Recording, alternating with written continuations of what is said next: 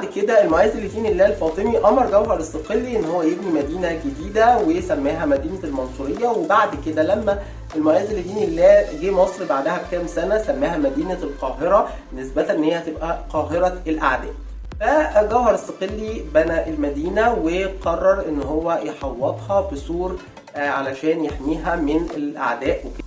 بنى لها سور كبير على شكل مربع، طول الضلع الواحد منه حوالي 1080 متر، وبس هو كان بنيه من الطوب 11. وبعد كده طبعا مصر اتحولت من دولة تابعة للخلافة لمقر الخلافة اساسا. وطبعا دولة بقى هتبقى هي مقر الخلافة لازم نبني لها جامع كبير، فبنوا الجامع الازهر اللي هو برضك كان وقتها اسمه جامع المنصورية، وبعدين سمى الجامع الازهر نسبة لفاطمة الزهراء، لان احنا قلنا المذهب الشيعي لان هو اساسا كان مبني لنشر المذهب الشيعي.